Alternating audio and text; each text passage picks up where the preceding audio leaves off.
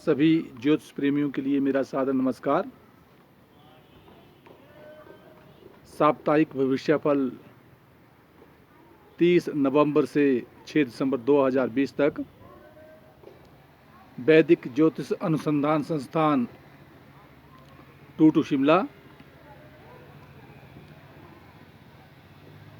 साप्ताहिक ग्रहों की स्थिति के अनुसार चंद्रमा और राहु का संयोग वृष राशि पर रहेगा। तुला राशि पर शुक्र, वृश्चिक राशि पर सूर्य, बुध और केतु का योग रहेगा। मकर राशि में शनि और गुरु का संयोग रहेगा तथा मीन राशि में मंगल विराजमान रहेगा। चंद्रमा 1 दिसंबर को रात्रि के 9:37 पर मिथुन राशि में प्रवेश कर जाएगा।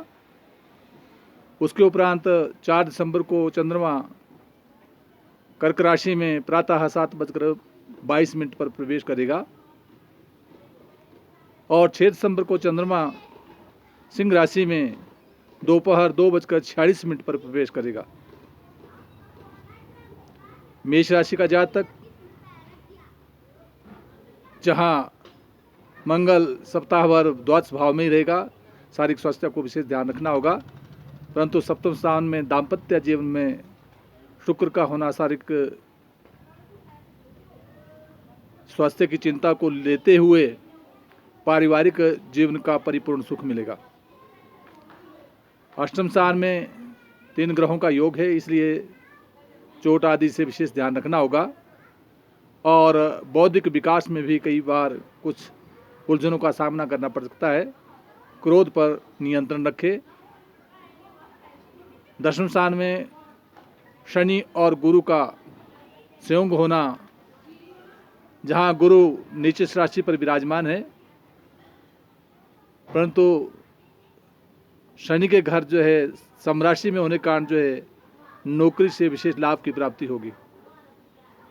वहाँ वृष राशि का जातक, उसका स्वामी शुक्र ग्रह अपने से षष्ठ स्थान में शत्रु पक्ष में विराजमान है, उस पर विजय मिलेगी। राशि पर चंद्रमा उच्च होकर विराजमान है, इसलिए शारीरिक सौख्य की प्राप्ति होगी, मान सम्मान बना रहेगा। सप्तम स्थान में दाम्पत्य जीवन में केतु के कारण कुछ उलझनों का सामना करना पड़ सकता है, विशेष ध्यान रखें। वहाँ नवम भाव में गुरु और शनि का होना भाग्य उदय करवा रहा है। कुल मिलाकर वृश्चिक राशि वालों के लिए एकादश स्थान में मंगल का होना आर्थिक लाभ की प्राप्ति करवाएगा।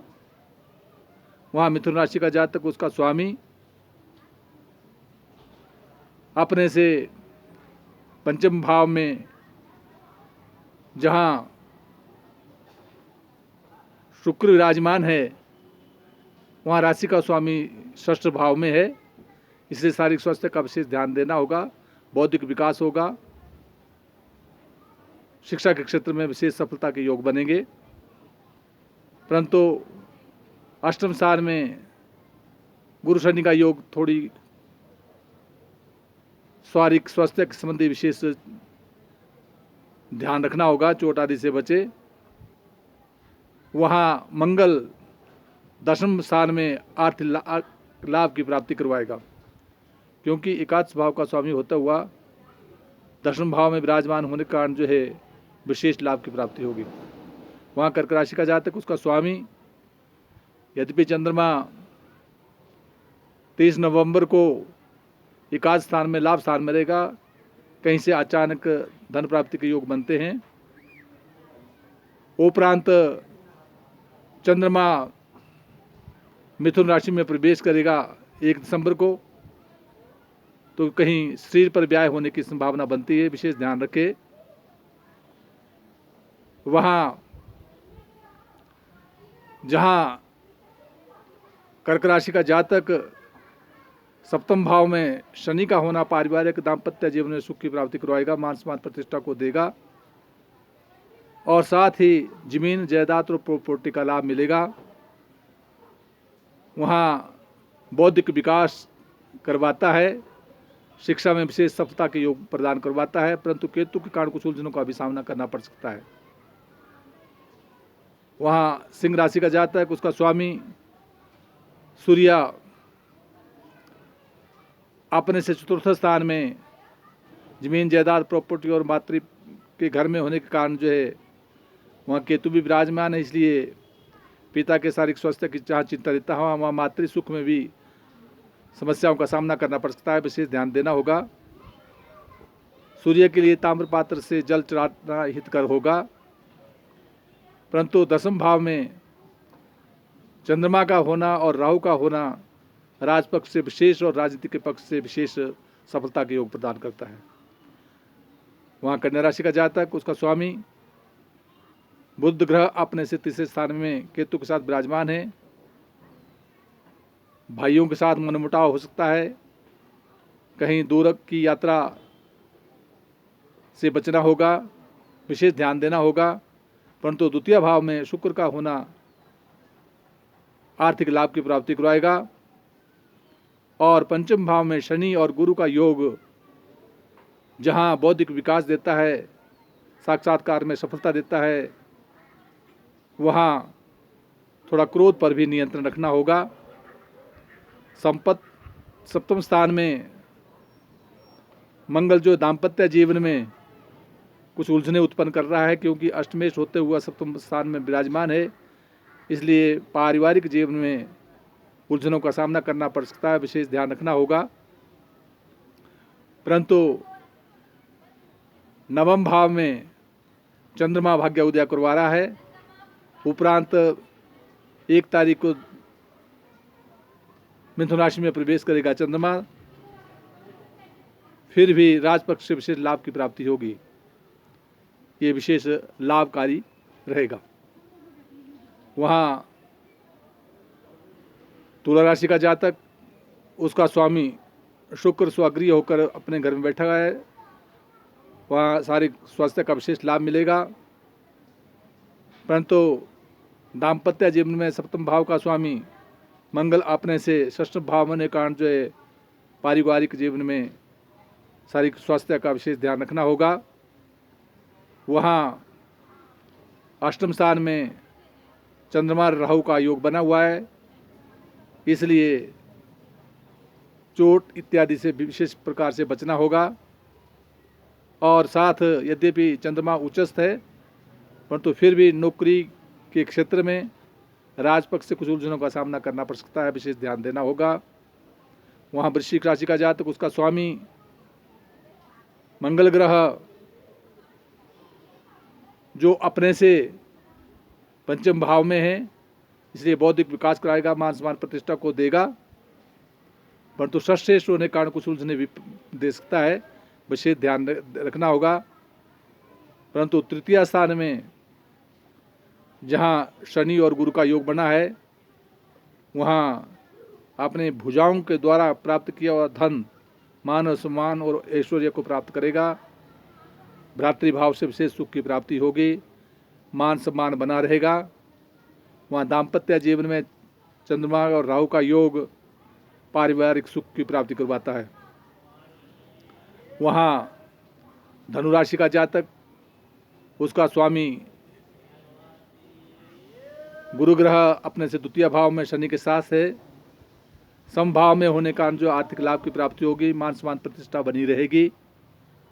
वहाँ चतुर्थ स्थान में मंगल का होना जमीन जायदाद प्रॉपर्टी का विशेष लाभ देगा, बौद्धिक विकास होगा, क्योंकि पंचम भाव का स्वामी भी है।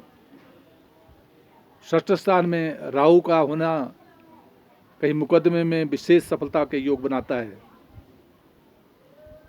वहाँ द्वादश स्थान में 3 ग्रहों का योग होना, कहीं शरीर संबंधी चोट इत्यादि से बचना होगा। और गुरु मंत्र का जाप ओम ग्राम ग्रीम ग्रोम सब गुरुवे नमः, इसको करना हितकर होगा। मकर राशि का जातक, वहाँ शनि स्वगृह होकर विराजमान है, गुरु भी साथ है, समभाव में होने के कारण परंतु नीचस्थ है, इसलिए शारीरिक स्वास्थ्य का थोड़ा विशेष ध्यान रखते हुए मान और सम्मान प्रतिष्ठा बनी रहेगी। पारिवारिक जीवन में सप्तम भाव का स्वामी चंद्रमा जो अपने से पंचम भाव में है, इसलिए संतान पक्ष से विशेष लाभ की प्राप्ति होगी, मान सम्मान प्रतिष्ठा बनी रहेगी। उपरांत चंद्रमा जब 1 तारीख को मिथुन राशि पर जाएगा तो शारीरिक स्वास्थ्य का विशेष ध्यान रखना होगा, नज़ला जुखाम ठंड से बचना होगा। 4 दिसंबर को चंद्रमा कर्क राशि में ही प्रवेश कर जाएगा जो स्वगृह होकर विराजमान होगा, इसलिए दाम्पत्य जीवन में सुख की प्राप्ति होगी। और एकादश स्थान में सूर्य बुध और केतु का योग जो है आर्थिक लाभ की प्राप्ति करवाएगा। वहाँ कुंभ राशि का जातक, उसका स्वामी अपने से द्वादश भाव में, कुंभ और मकर का स्वामी एक ही होने के कारण जो है शनि अपने से द्वादश भाव में होने के कारण कहीं शरीर पर व्यय करवाने की संभावना बनती है, परंतु अपने परिश्रम के द्वारा धन प्राप्ति का योग बनेगा। वहाँ जहाँ अपने से नवम भाव में शुक्र जो है स्वगृह होकर विराजमान है, वहाँ भाग्य उदय करवाता है, धर्म कार्य में विशेष रुचि को प्रदान करेगा और नौकरी इत्यादि में विशेष सफलता के योग बनेंगे। परंतु केतु के कारण जहाँ बाधाओं का सामना करना पड़ता है, इसलिए शनिवार के दिन काले कुत्ते को रोटी देना हितकर होगा। वहाँ मीन राशि का जातक, उसका स्वामी अपने से एकादश स्थान में विराजमान है, आर्थिक लाभ की प्राप्ति होगी, मान सम्मान प्रतिष्ठा बनी रहेगी, परंतु फिर भी गुरु मंत्र का जाप करते रहा करे। वहाँ सप्तम स्थान का स्वामी बुध ग्रह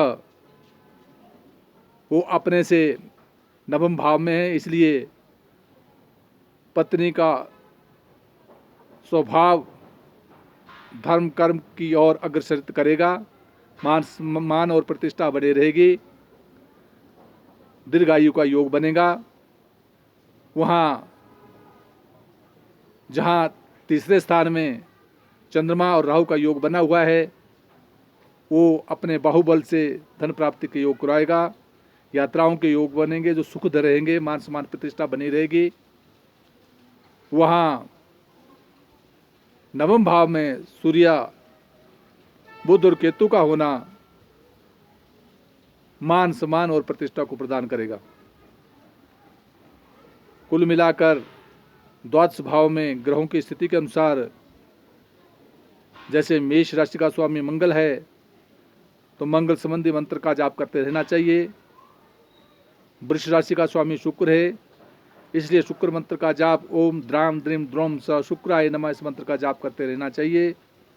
मिथुन राशि का जातक, उसका स्वामी बुध ग्रह है, इसलिए ओम ब्राम ब्रीम ब्रोम स बुद्धाय नमः इस मंत्र का जाप करते रहना चाहिए।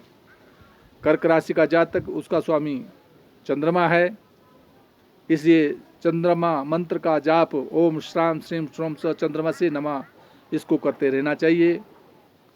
सिंह राशि का जातक, उसका स्वामी सूर्य ग्रह है, इसलिए ओम ह्राम ह्रीम ह्रोम स सूर्याय नमः इस मंत्र का जाप करते रहा करे। कन्या राशि के जातक के लिए भी बुध मंत्र का जाप करना चाहिए और तुला राशि के जातक के लिए भी शुक्र मंत्र का जाप करना चाहिए और वृश्चिक राशि के जातक के लिए भी मंगल मंत्र का जाप करते रहना चाहिए और धनु राशि के जातक के लिए ओम ग्राम ग्रीम ग्रोम स गुरवे नमः और साथ जो है मीन राशि वाले जातक के लिए भी इसी मंत्र का जाप करते रहना चाहिए और मकर और कुंभ राशि के जातक के लिए शनि मंत्र का जाप करते रहना चाहिए, क्योंकि शनि ग्रह जय ओम प्राम प्रीम प्रोम सरे नमः ये यद्यपि शनि स्वगृह होकर विराजमान है, परंतु फिर भी शारीरिक स्वास्थ्य के लाभ के लिए और मान सम्मान प्रतिष्ठा के लिए इन मंत्रों का जाप करते रहना चाहिए। जय हिमाचल, जय भारत।